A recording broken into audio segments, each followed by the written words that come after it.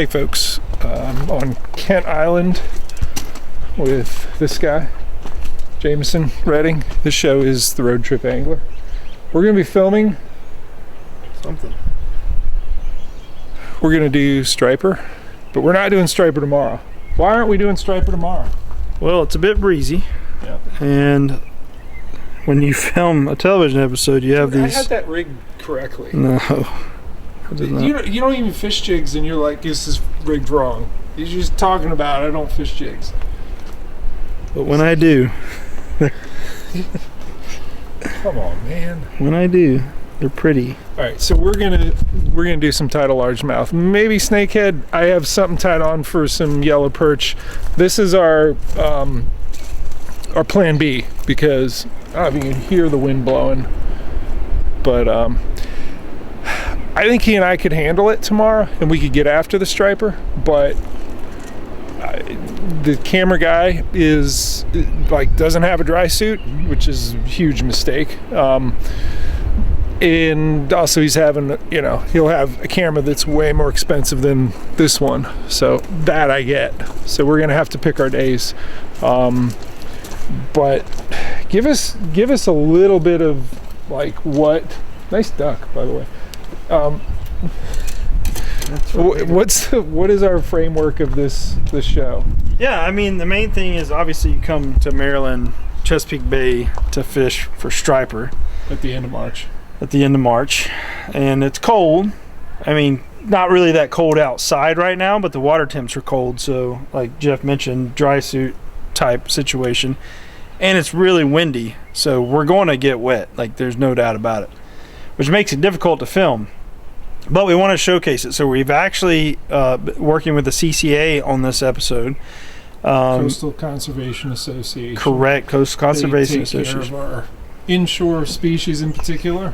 We want to make sure it's here, so that when our kids one day want to come do this, hopefully they do, the fish are here, the fishery's here, and it's maintained to the best of our ability as sportsmen and women. And yeah, so he's David, who is our contact at the CCA. Jeff knows him well. Sikorsky.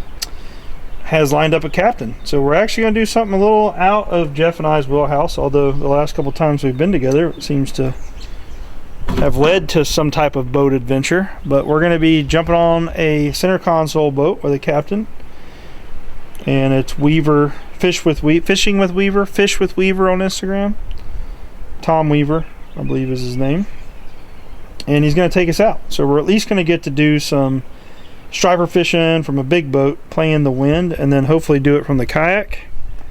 And tomorrow I'm going tidal largemouth fishing. And this actually is probably my first time targeting freshwater species in tidal waters. Really? I've caught... You get into that down in North Carolina? Well, no. So I haven't got into it in North Carolina, but as you guys know, I typically travel out of North Carolina to get to where I'm going.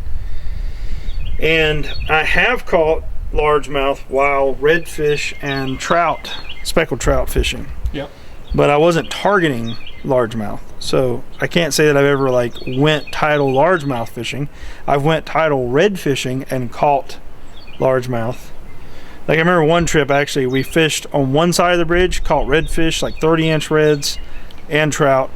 Fished on the other side of the same bridge and caught largemouth. That happened in Louisiana, I bet.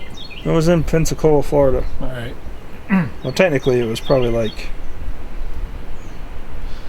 don't know, just outside of Pensacola. Maybe you'll get... Have you caught a snakehead yet? I've never caught a snakehead. Yeah. I've caught bowfin, which is probably the closest species to a snakehead that I've ever caught. But I'm not going to pretend to know anything about snakehead, because I don't. You know what you need to know about snakehead? I've heard they taste good. Go largemouth fishing. Well, you know what? That's what they say about muskie. Go smallmouth fishing, but me and them don't get along, so. All right. Well, we're kind of redoing all of the rods that we're rigging. I did have 3 rods to troll and 1 jigging rod ready to go in this. I got my muskie bump here, which you can put a striper on there. I can put a snakehead on there. So striper aren't up in this creek? The striper can be up in there. They're young ones, you know, grow up in the backs of these creeks, but I have caught a lot of young striper in the coastal waters of North Carolina, and that is a blast because they crush a topwater. Yeah. Not this time of year, but yeah. All right, so plan B is tomorrow. Then we'll get into striper fishing. He's in a new canoe pursuit. Says he's pretty happy with this steering setup. I'll be curious to see that. And this should look familiar. I rigged this one up last fall. Boondocks is going to have a mount for the old towns to fit this sort of bracket on there. All right, we will cut now to tomorrow. See ya.